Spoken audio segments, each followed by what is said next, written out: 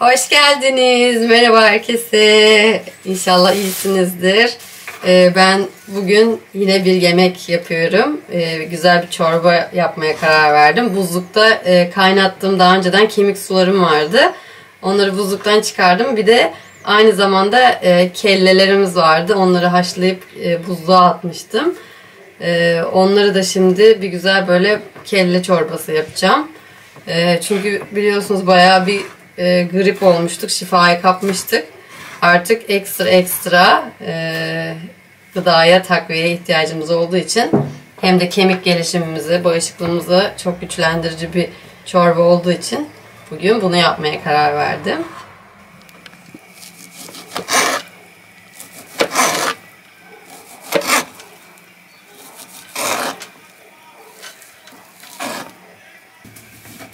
Evet, şimdi bunları böyle tek tek keseceğim. Çorbamın içine atacağım. Kemik suyumu nasıl yaptım? Kemik suları zaten kaynatmıştım daha önceden, biliyorsun, söylemiştim. Ben terbiye yapmayı yumurtayla sevmiyorum. Çünkü yani mutlaka içinizden yumurtayla terbiye yapan vardır çorba, ama ben tercih etmiyorum. Sebebi de şöyle. Çünkü hani ya içerisindeki işte o hani sonuçta ben kellenin hani o paçanın şeyini yemek istiyorum, yani gıdasını almak istediğim için bazı bazı gıdalarla biliyorsunuz çarpışabiliyor. Ondan dolayı hani yumurtanın o şeyini de sevmediğim için, kokusunu falan, belki de hani yani etkisini azaltabileceğinden dolayı endişe ediyorum. Ondan dolayı da yumurtayla değil unla koyultmayı tercih ediyorum. Zaten hiçbir de fark olmuyor, yani un kokusu gelmiyor. Onu böyle güzelce kavuruyorum. Şimdi onunla koyulaştırdım birazcık. Üstüne mi döküldü? Üstüne dökülmüş. Oh, tam bir kelle oldu. Şimdi bunları böyle kestiğim şeyleri yavaş yavaş içeri atıyorum. Onlar da beraber kaynasınlar. Mesela bakın, şu kellenin içindeki bu kolajen doku var ya, bu o kadar faydalı ki kemiklerimiz için. Özellikle mesela dizlerinde işte glukozamin eksikliği olan belli bir yaşın üstündeki kişiler için inanılmaz sağlıklı mutlaka. Yani bunları ihmal etmeyin. Çünkü bizim kemiklerimizin içerisinde o kolajen doku, işte hem de gençleştirici özelliği var zaten, biliyorsunuz. Bir sürü kolajen bu ara moda çıktı, böyle kolajen işte sürüyorlar falan filan. Aslında yemek gerekiyor yani onları.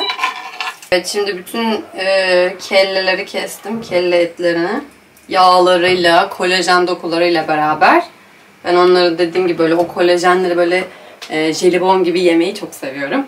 Zaten kemik gelişimi için inanılmaz ve ileriki yaşlar için mesela. Dediğim gibi hani şu eklemlerdeki sıvı var ya, şuradaki işte glukozamin dediğimiz şeyler. Onlar kesinlikle bu kolajen sayesinde çok iyileşiyorlar. Ya herkes yiyemeyebiliyor ama bence yemeye çalışın. Tuzla falan çok lezzetli oluyor. Şimdi ben bunların hepsinin içine koydum. Bunu bir güzel böyle karıştırıyorum. Zaten koyduğum için de hani sırf kemik suyu var bunun içinde. Birazcık da un koydum. Bu yavaş yavaş böyle koyulaşmaya başladı. Bence kıvamı da güzel gibi. Çok da böyle aşırı koyu yapmayı sevmiyorum. Siz işte severseniz mesela dediğim gibi terbiyesini daha çok yapabilirsiniz. Herkesin kendi damak zevkine bağlı, ama yumurtayı dediğim gibi başka şeylerle çakıştığı için ben tercih etmiyorum. Size bir de bununla ilgili bir hikaye anlatayım. Benim bu böyle kemik falan, bu tip şeyler anne tarafından geliyor. Onlar çok severlerdi. Kemik, özellikle böyle işte kemik suyu, ne bileyim işte böyle kelle falan, o tip şeyler çok severlerdi. Yani dedemden de geliyor. Onunla ilgili bir şey anlatacağım. Şimdi bir gün babaannem, Allah rahmet eylesin tabi, düştü, yani yere düşmüş böyle. Ondan sonra şu yani dirseğini kırmış. İki yerden mi ne kırılmış, hatta şuradan mı, öyle bir şeydi yani, tam şimdi hatırlamıyorum, çok zaman geçti üstünden. Ondan sonra doktora gidiyor, işte alçıya falan alınıyor. Hani çok kötü bir kırıkmış, yani böyle bir iki yerden kırık. Neyse işte zaman geçiyor falan, sonra annem diyor ki kemik suyu içireceğim sana, yani kemik suyuyla ancak geçebilir bu. Sonra yani bir hafta sonra mı ne, herhalde böyle bir hafta boyunca sadece kemik suyu içiriyor. Ve 1-2 hafta sonra doktora gidiyorlar. Doktor yani kaynadığını görünce, hele ki 60 yaş üstü, yani inanamıyor. Nasıl olur böyle bir şey falan diyor. Ne yaptınız siz falan diyor yani böyle anneme. O da diyor ki işte yani ben diyor kemik suyu kaynattım diyor. Onları içirdim her gün diyor. İçirdim diyor. Ya diyor ne kadar faydalı. Hani onun işte etkisiyle kemik çok hızlı bir şekilde kaynamış diyor. Böyle de bir anımız var. Yani doktor onaylı bir şey yani bu, onu söyleyeyim. Çünkü sonuçta görüyor bunu. Ve bir haftada falan kemik kaynıyor. O yüzden özellikle ben hani işte Profesör Doktor Canan Karatay'ı çok seviyorum. Çok da dinlerim onu.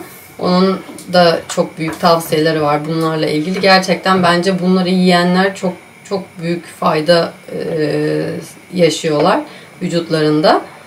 Dolayısıyla hani her gün olmasa da en azından ayda bir kere mutlaka ve mutlaka bence bu etleri tüketmek gerekiyor. Yani kemik suyunu özellikle. Mesela ben adayı sırf kemik suyuyla büyüttüm.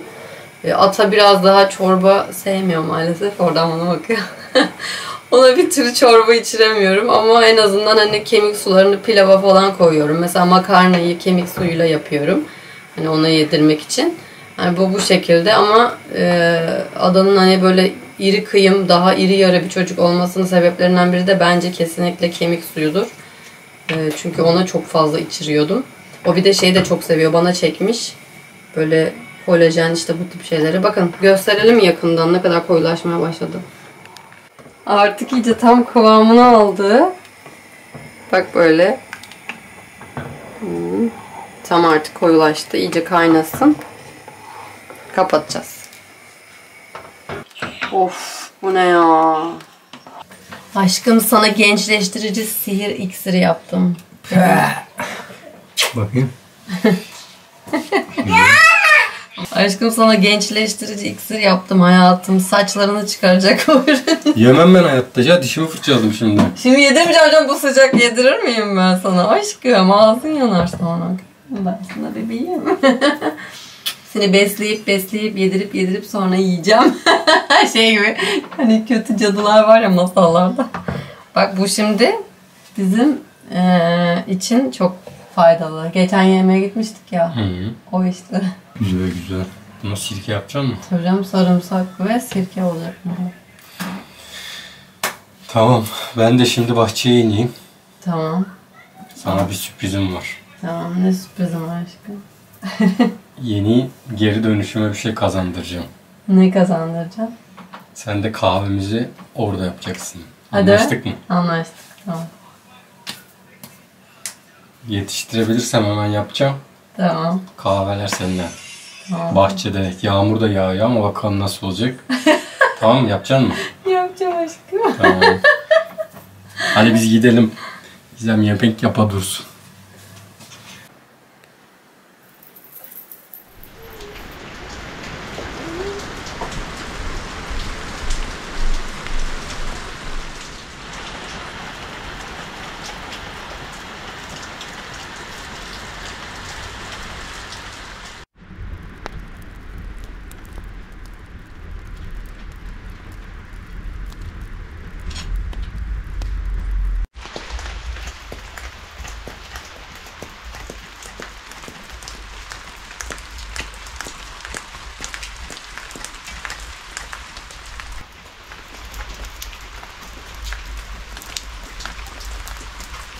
Evet, sağlam bir yağmur yağıyor.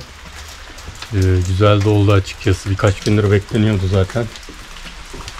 Bakalım bizim arka bahçedeki çim çıkartmaya yetecek mi bu yağmurlar?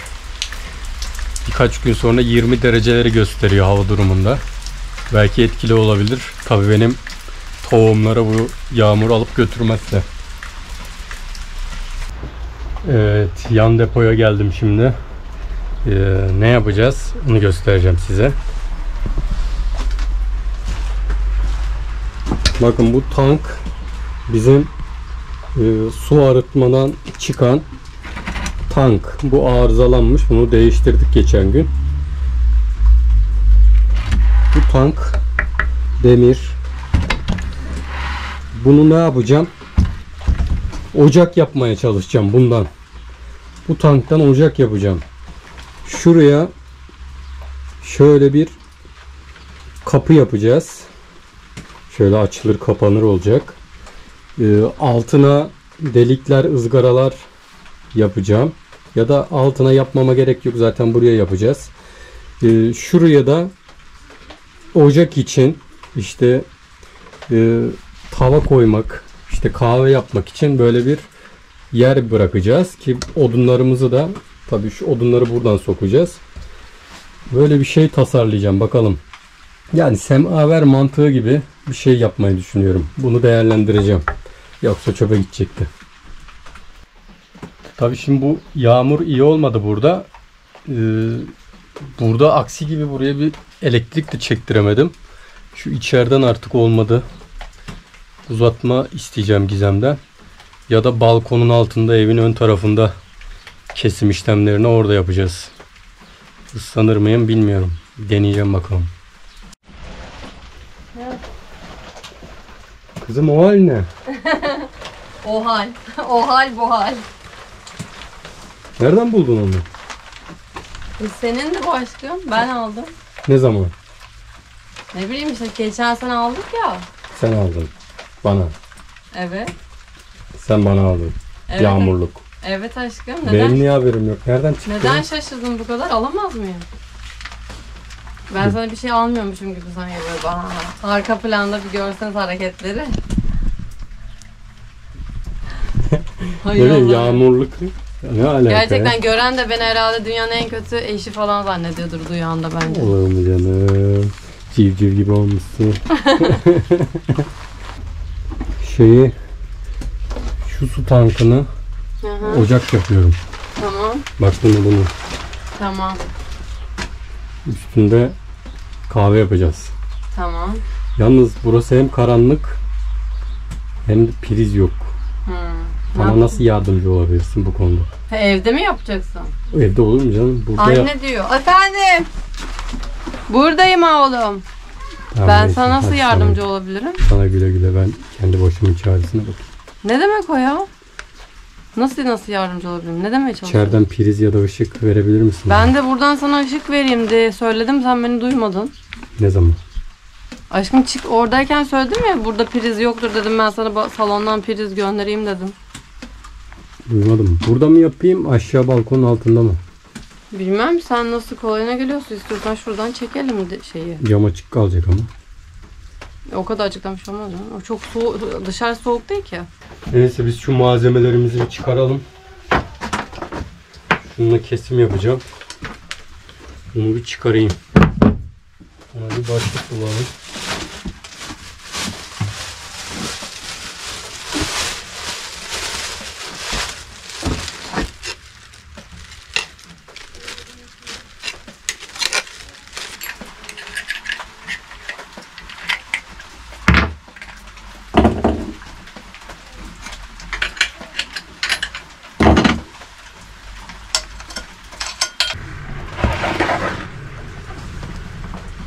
Önce bir şunu bir kurulayalım. Çok ıslak.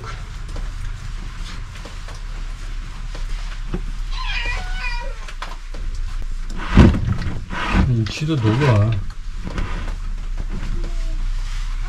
Boşaltsak gider mi acaba? Evet, bunun içindeki şimdi suyu boşalsın tamamen. Bakın çok güzel bir şey yapacağım eğer başarabilirsem. Bunu üstüne delik açacağım. Tankın. Bunun içine oturtturacağız. Alttan da bir kapı yapacağız. Ve çok güzel bir ocak olacak bize. Burada böyle ışıklı güzel oldu. Buraya benim acil bir priz elektrik çektirip bir ışık koymam lazım ya. Güzel çalışma yeri. Az daha büyük olaydı burası. Güzel olurdu ama maalesef olmuyor.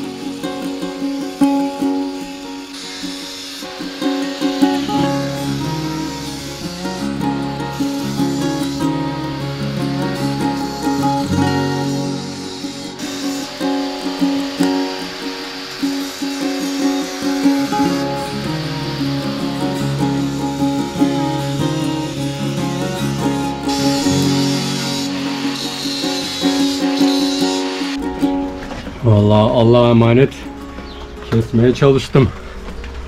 Ay, dar alanda zor oluyor. Bir de tehlikeli. Oldu mu acaba?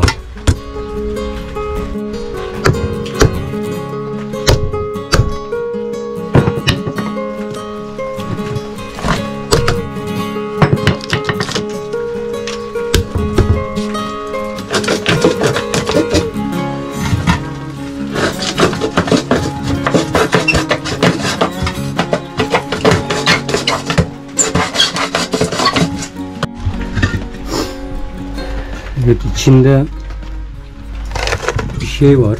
Bunu nasıl çıkaracağım bilmiyorum. Şu an o benim bütün huzurumu kaçırdı.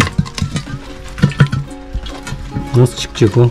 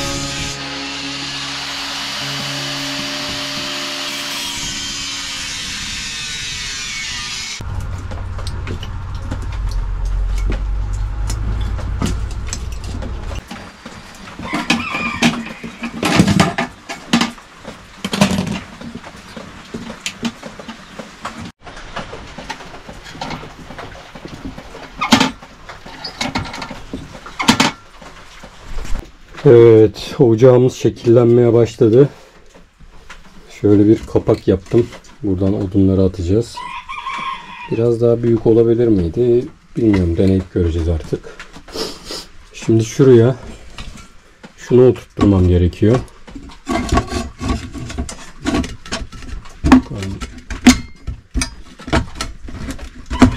Aha, vallahi oldu. Ay be. Yalnız içinde bir plastik parça var. O kesinlikle çıkmıyor. Çok zor. Yakacağım. O da yanıp gitsin artık, ne yapayım. Başka türlü çıkartamayacağım. Şu diş arasında bir kaplama var. Bu ateşle beraber buna bir şey olur mu acaba? Bir sıkıntı yaratır mı bilmiyorum. Vallahi bir yakıp kullanmadan anlaşılmayacak. Anam gidiyor lan, ne oluyor? Ata mı uyuyor? O nasıl çıktı ya? Of. Ay, bu demir işlerini aslında hiç sevmiyorum ha. Hayır. Demir, kaynak. Ama çok... Her an yanacakmışım gibi bir his oluşuyor. Şuna Allah. Emaneti sana geri vereyim. Tamam mı? Ve sana şimdi ne göstereceğim bak.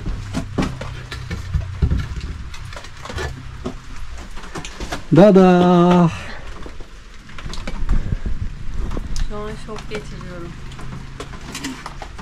Ay, ne yaptın sen? Sana ocak yaptım. Harikasın ya. Yağmurda ocağın altına geçemiyorum dedin. Aa, çok güzel olmuş. İyi Vallahi mi? Helal olsun aşkım. Marifetliymişsin sen de. Hı? Arabaya koy, kampa götür. Hakikaten ha. Ama yanacak mı bilmiyorum. İçinde bunun bir plastik parça var, onu çıkaramadım. Erir o ya. Erir değil mi? Erir. Şimdi yakacağım. Ay. İstiyorsan gel şöyle aşağı 2 dakika. Tamam, atı uyurken Hemen gel hadi. Dur şunu çıkar. Gelme çünkü bunu bir de böyle bir ayaklık yapmam lazım. Biraz bekle. Zaten ben de bilmiyorum. Işığı ver ışığı. Vallahi hiç demiyorsunuz siz de. Kaan bu ayak yapman lazım. Nasıl duracak? Evet bunu ayak yapmamız lazım. Nasıl yapacağız? Düşün Kaan düşün. Düşün kafayı çalıştır. Düşün Kaan. Düşünüyorum. Evet ben bir düşüneyim. Şöyle bir demir parçası buldum. Bunu şöyle küçük 3 tane ayak yapsam. Ama kaynak yapabilir miyim? İşte o beni düşündürüyor şu an.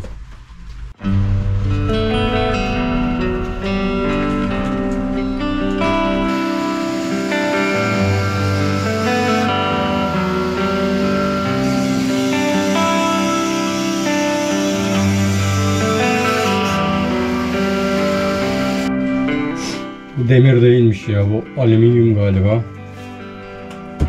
Ondan olmayacak.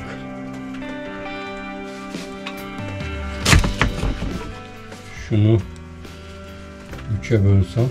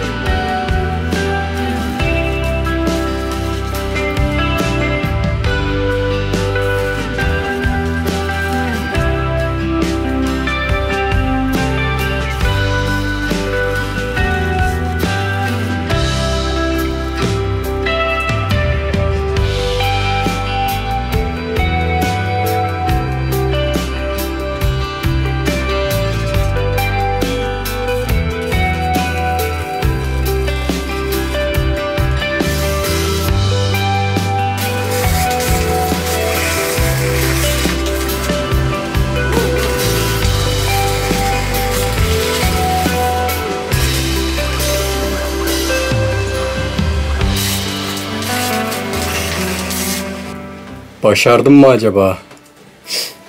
Ama aşırı sıcak şu an. Ayaklar biraz dengesiz mi oldu acaba ya? Şunu da şuraya mı yapsam acaba?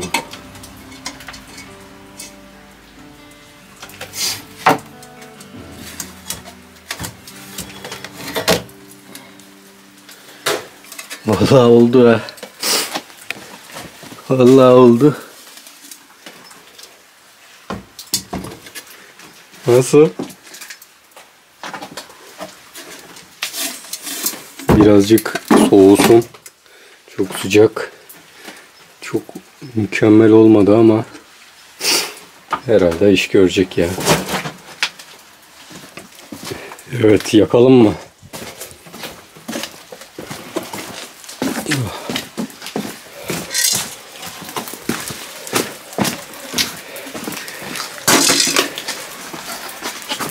Nasıl? Yakalım bir bakalım nasıl olacak. Yağmur da yağıyor, bir şey olursa yağmurun altına atarım. Bak. Gel bak.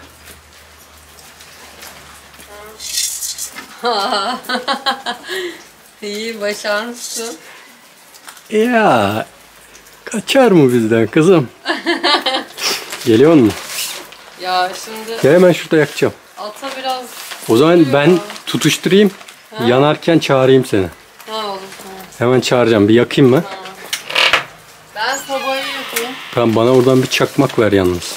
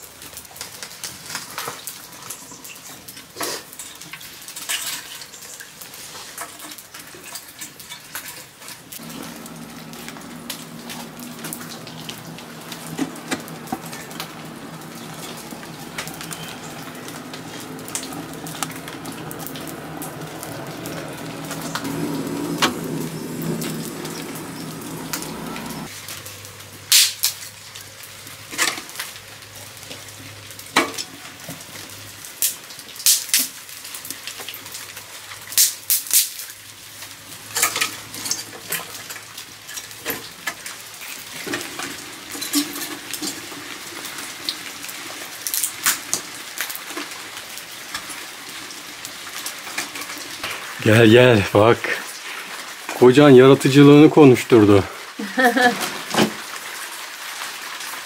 Hatırlıyor musun? Muğla'da İsveç ocağı mı? İsveç ocağı mı yapmıştık? Oradan gelen takipçilerimiz varmış bizim yeni. Kütüğün içini yarıp. Takip ediyoruz falan diye. Evet. Şimdi de arıtma suyunun tankı. Şeyler boyaları kabarıyor. Değil. Şeyin bak Ay, yandan. patlamaz değil mi? Bak içindeki plastik şu an pis koku yapıyor. Burada mahvolacak burası. Anam onu götürse miydim ki? Niye burada? Yağmur yağıyor çünkü. Bir şey olmuş Boya kabardı. Şimdi o boya kalmayacak. Boya kalmayacak zaten, geliyor. Evet. İçindeki plastik yanıyor şimdi. İçindeki plastik bayağı alev aldı. Bir de boyalar kabardı. Tertemiz metal olacak birazdan. Ama var ya bakın ya nasıl yanıyor. Süper ocak oldu ha bundan ben size diyeyim. Yalnız bunu tutacak bir şey lazım. Uf nasıl alevlendi be.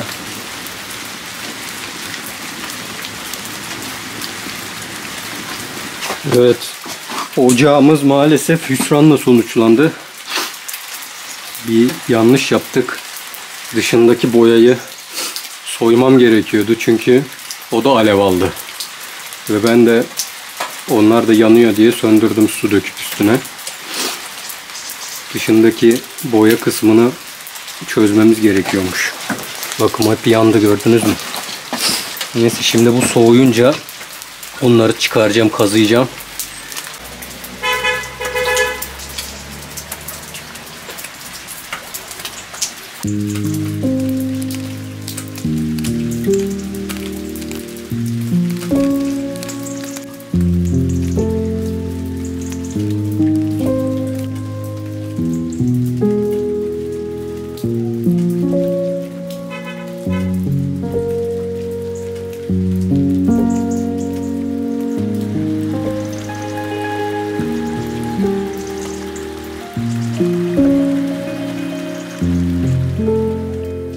Acıktım. Ben de evin aşçısı olarak. Çok acıktım.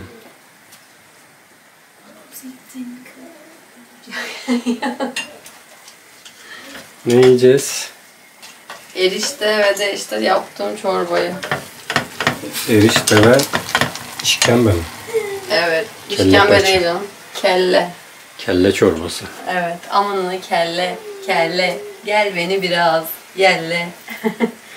Az daha yangın çıkıyordu. Ay Allah korusun. Boyalar yanmaya başladı. Valla. Ama onun yanacağı belliydi zaten ya. O kadar uğraş. Onun yanacağı belliydi aşkım. Tembellik ettim, onları soymadım. Ne bileceksin ki yanacağını? Ben hani erir gider diye düşündüm. Yani evet. Ama bayağı, ama işte yağlı boya ya. Bayağı yandı yani. Bayağı yandı. Hadi be. Yani üstünde kahve değil koyun çevirirsin, öyle söyleyeyim. O kadar yani. Vallahi. Ay inanmıyorum. O sahneleri izletemedim. İnsanlara panik yaptım. Ay. Hemen söndürdüm suyla. Sen git o kadar uğraş, emek ver. Üstünde bir kahve içeriz diye. Ne olacak peki? Üstündeki boyaları sıyıracağım soğuyunca. Ha. Sonra tekrar deneyeceğiz. Muhtemelen içindeki plastik de alevi güzel aldı, biliyor musun? Evet bence de. Değil mi? Hava kötü olmasa arka bahçe açıklıkta yakardım, bir şey olmazdı da. Olsun. Oradaki balkonun altında korktum. Tavan plastik ya. Ha.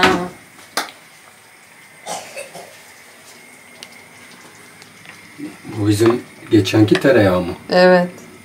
Oo, güzel olmuş. Evet. Bir de şey yazmışlar. Buz falan koyun demişler. Evet. Sen soğuk su koydun. Ben zaten soğuk su koydum. Yani su çok soğuk olduğu için bizim burada buz etkisi yapıyor yani.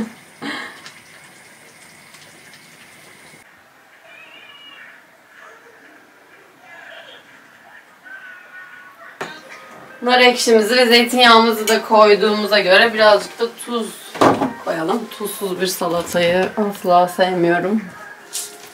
Salata tuzsuz olur mu aşkım? Sence? Olmaz. Tamam. Ben çok seviyorum tuzlu salatada. Acayip severim yani. Çok acıktım. Ben de. Şu an tuzu bile kaşık kaşık yerim. Bu üstündekiler ne biliyor musun? Vallahi ne olursa olsun yerim ben. Şu an çok Ya açım. bakayım, aç ağzını. Bir tahmin et. Turp. Hayır. Turpumsu bir şey. Şalgam turşusu. Evet, evet. Aşkım. Var ya, çorba efsane olmuş. Yıkılıyor. O kadar yani. Vallahi ben çok beğendim. Bilmiyorum, sen beğenecek misin? Beğenirim ya. Evet. Üstünün sosu var değil mi? Ne sosu? Dedik ya sirke mirke bir şey. Tabii var ama bekletmiş. Unuttum. Sarımsak da hocam ama. Ekmeğimiz yok mu? İşte bu. Şeyim nerede? Sosumuz bu değil mi?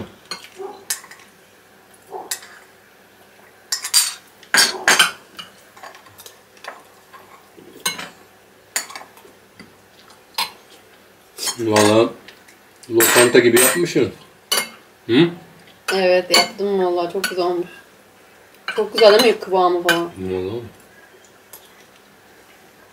Afiyet olsun. Yarası. Şu içindeki etler var ya, kelle. Çok seviyorum ya. Aşırı seviyorum yani. Benim kelleme göz dikme de.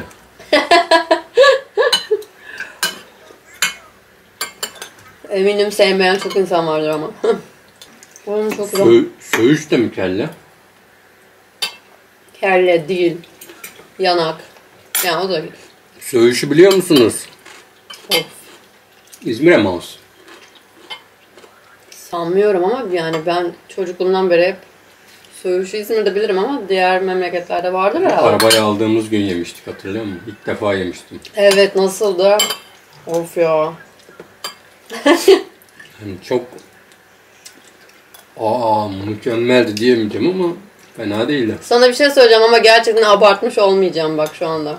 İnanmayacaksın söylediğime. İzleyenler de yok artık Ben falan. söyleyeyim mi sen söylemeden? Söyle. Hayatındaki en sevdiğin şey. Yok öyle, orası doğru. Ben üniversitede Belçika'ya gittiğimde biz orada kaldık ya. Arkadaşlarla. Sırf orada kokoreç ve Belçika'da kokoreç yok mu diye bağırdım, o kadar biliyorum ki. O kadar canım çekti ki böyle. Yani sırf o yüzden Türkiye'ye yani geri dönmüş olabilirim yani. Gerçekten abartmıyorum. Yani çünkü Avrupa'da yasak ya böyle şeyler. Ya şu nasıl yasak olabilir ya? Bizim gurbetçiler şimdi kokoreç yiyemiyor mu? Yani yiyemiyorlar. Orada yok yani öyle. Yani vardır da belki mesela Faslılar falan yapıyor, Araplar galiba. Yok, yasak orada. Avrupa Birliği'nde yasak ya. Yok yani. Olsa ben yerdim yani. Ben sayıkladım çünkü.